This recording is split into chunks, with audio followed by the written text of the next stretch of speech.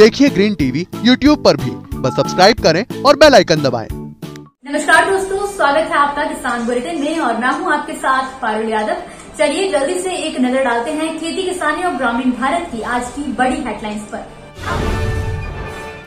धान की खेती के रकबे में जोरदार बढ़ोतरी, 400 लाख हेक्टेयर से अधिक में लगी है फसल। एमएसपी पर फसल बेचना है तो करवाइए रजिस्ट्रेशन, जाने किन दस्तावेजों की पड़ेगी आपको जरूरत। अब उत्तर प्रदेश में चलेगी किसान रेल, किसान कम किराए पर देश के दूसरे हिस्सों में भेज सकेंगे अपनी उपज। जहां एक तरफ देश भर में बारिश ने तबाही मचाई, कई जिलों में किसानों को भारी नुकसान का सामना करना पड़ा, तो वहीं दूसरी तरफ देश के कई हिस्सों में अच्छी बारिश के चलते पहली बार इस खरीफ सीजन में धान का रकबा पिछले साल के आंकड़ों को पार कर गया है। जी हां, कृषि मंत्रालय द्वारा जारी नए आंकड़ों के अनुसार धान का रकबा 400 लाख हेक्टेयर के आंकड़े से आगे निकल गया है। आपको बता दें कि खरीफ सीजन की शुरुआत में कई राज्यों में मानसून की देरी की वजह से धान की रोपाई में देरी हुई थी, क्योंकि धान की खेती के लिए पर्याप्त पानी की व्यवस्था नहीं हो पाई थी। लेकिन बाद में जब बारिश शुरू हुई तो किसानों ने तेजी के साथ धान की रोपाई की। अगर बात मध्य प्रदेश की करें तो वहां धान का रकबा 10.69 लाख, तेलंगाना में 8.19 लाख और झारखंड में 1.73 लाख हेक्टेयर बढ़ा है। तो इस वक्त कुल खरीफ रकबा जो है वो 1081.50 लाख हेक्टेयर है, जो एक साल पहले इसी अवधि के दौरान 1094.01 लाख हेक्टेयर से थोड़ा कम है। तो वहीं राजस्थान और गुजरात के कुछ हिस्सों में इसी हफ्ते बारिश में तेजी आने से देरी से बोई जाने वाली फसलें, विशेषकर दलहनों के क्षेत्र में वृद्धि हो सकती है। इसके साथ ही दलहनों में अरहर और उड़द का रकबा बढ़ा है, जबकि मूंग का रकबा पिछड़ा हुआ है। हाल के सप्ताह में बारिश में आई तेजी ने हरे चने के प्रमुख उत्पादक राजस्थान में मूंग के रकबे को बढ़ाने में मदद की है। अरहर का कुल क्षेत्रफल बढ़कर 49.49 लाख हेक्टेयर हो गया है, जबकि उड़द में 37.94 लाख और मूंग क्षेत्र में 34.27 लाख हेक्टेयर हुआ है। कर्नाटक, राजस्थान, झारखंड, हरियाणा और महाराष्ट्र जैसे राज्यों में दालों का रकबा अधिक देखा गया है। वहीं मध्य प्रदेश, उड़ीसा, तेलंगाना, गुजरात और आंध्र प्रदेश में गिरावट दर्ज की गई है। मध्य प्रदेश के किसानों को धान, ज्वार और बाजरा खरीद के लिए रजिस्ट्रेशन करवाना होगा, क्योंकि मध्य प्रदेश सरकार ने न्यूनतम समर्थन मूल्यों पर खरीफ फसलों की खरीद के लिए तैयारी शुरू कर दी है। खाद्य एवं नागरिक आपूर्ति विभाग के प्रमुख सचिव फैज अहमद किदवई ने इस बात की जानकारी दी। किसानों की सहूलियत के लिए प्रदेश में 1718 रजिस्ट्रेशन केंद्र बनाए गए हैं। बिना रजिस्ट्रेशन के खरीद नहीं होगी। इसकी शुरुआत 15 सितंबर से होगी और 14 अक्टूबर तक चलेगी। समर्थन मूल्य पर खरीद के लिए धान का न्यूनतम मूल्य 1940 रूपये, ज्वार का 2738 और बाजरा का 2250 रूपये प्रति क्विंटल तय किया गया है। जिला स्तर पर होने वाला ये रजिस्ट्रेशन भू अभिलेख के डाटाबेस के आधार पर किया जाएगा। किसान अब अपना रजिस्ट्रेशन डाटा एंट्री के अलावा एमपी किसान ऐप, प्राथमिक कृषि सहकारी साख संस्थाओं और विगत खरीफ वर्ष में खरीद करने वाले महिला स्वयं सहायता समूह के साथ ही एफपीओ द्वारा संचालित पंजीयन केंद्र से भी करा सकेंगे। इसके अलावा सिकमीदार एवं वनाधिकारी पट्टाधारी अपना पंजीयन समिति, एफपीओ, महिला स्वयं सहायता समूह द्वारा संचालित केंद्रों में ही ये काम करा सकेंगे।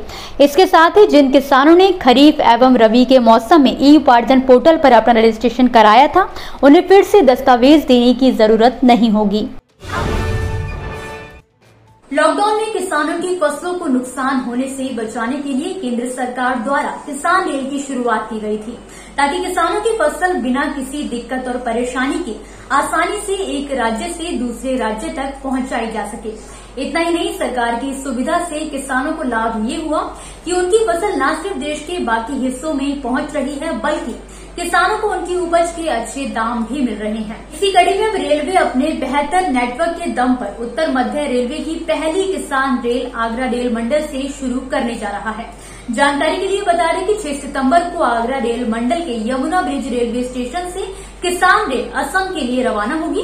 इस बात की जानकारी आगरा रेल मंडल के सीनियर DCM अमन वर्मा ने दी है। खबर की माने तो संचालन को लेकर सभी तैयारियां कर ली गई हैं। 6 सितंबर को यमुना ब्रिज स्टेशन से इस ट्रेन को हरी झंडी दिखाई जाएगी।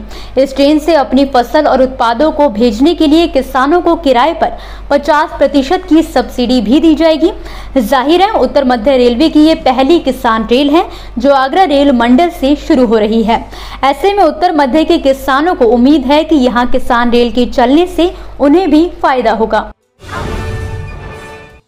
तो दोस्तों ये थी आज के किसान बुलेटिन की कुछ ऐसी खबरें जिन्हें हमने आप तक विस्तार से पहुंचाया। लेकिन अब बारी है कृषि क्षेत्र से जुड़ी कुछ ऐसी खबरों की जिनके बारे में भी आपके पास जानकारी होना जरूरी है।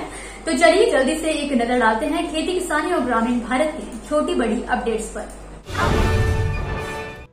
जहां एक तरफ कृषि कानूनों के खिलाफ चल रहे किसान आंदोलन को लेकर 5 सितंबर को मुजफ्फरनगर में किसान महापंचायत का आयोजन किया जाने वाला है, तो वहीं दूसरी तरफ भारतीय किसान संघ ने 8 सितंबर को केंद्र के खिलाफ देशव्यापी आंदोलन का ऐलान कर दिया है। इस एक दिवसीय आंदोलन में देश भर के किसानों के साथ साथ मध्य प्रदेश के किसानों ने भी शामिल होने का ऐलान किया है। प्राप्त जानकारी के अनुसार मध्य प्रदेश के हर जिले से किसान इस आंदोलन में शामिल होंगे। बता दें कि फसलों के लाभकारी मूल्यों को लेकर भारतीय किसान संघ की ओर से एक दिवसीय देशव्यापी आंदोलन बुलाया गया है। देश में अभी कई राज्यों में किसानों का विरोध प्रदर्शन काफी तेज होता जा रहा है। मांगे सभी की अलग जरूर हैं, लेकिन प्रशासन के खिलाफ नाराजगी, पुलिस के खिलाफ उनका गुस्सा एक समान दिखाई दे रहा है। अब नोएडा सेक्टर 5 स्थित हरोला चौक से विरोध कर रहे कई किसानों को पुलिस ने अपनी हिरासत में ले लिया है। दरअसल बीते 1 सितंबर को नोएडा के 81 गांव के सैकड़ों किसान प्राधिकरण के खिलाफ अपनी मांगों को लेकर धरना प्रदर्शन करने पहुंचे थे। उस समय उनकी तरफ से मांग की गई थी कि प्राधिकरण उनके घरों का अधिग्रहण न करे। वहीं ये भी कहा गया था कि प्रशासन द्वारा जिस कमर्शियल एक्टिविटी को बंद कर दिया गया था उसे फिर से चालू किया जाए। लेकिन उस समय विरोध कर रहे किसानों की पुलिस संग नोकझोंक हो गई थी, जिस वजह से कई किसानों को गिरफ्तार कर लिया गया है। इंदौर में किसानों और कृषि उपज से जुड़े व्यापार को एक नई ऊंचाई देने के लिए प्रशासन और जनप्रतिनिधि एकजुट होकर काम करने में लगे हुए हैं। इसी कड़ी में कैलोद गांव के नजदीकी जमीन पर शिफ्ट की जा रही कृषि उपज मंडी एशिया की सबसे बड़ी स्मार्ट मंडी बनने जा रही है, जहां किसानों और व्यापारियों की जरूरत के हिसाब से हर सुविधा मौजूद रहेगी। यहां पर किसानों को अनाज रखने के लिए गोदाम, ऑनलाइन बैंकिंग के लिए इंटरनेट की सुविधा, पैकेजिंग और पॉलिशिंग के लिए आधुनिक मशीनें आदि तक सब कुछ उपलब्ध कराया जाएगा। तो दोस्तों आज के किसान बुलेटिन की बड़ी खबरों में फिलहाल के लिए बस इतना ही। आप मुझे दीजिए इजाजत, कल फिर हाजिर होंगे कुछ नई और बड़ी खबरों के साथ। तब तक के लिए आप देखते रहिए ग्रीन टीवी। घर पर रहिए, स्वस्थ रहिए, अपना और अपनों का ख्याल रखिए। नमस्कार। देखिए ग्रीन टीवी YouTube पर भी, बस सब्सक्राइब करें और बेल आइकन दबाएं।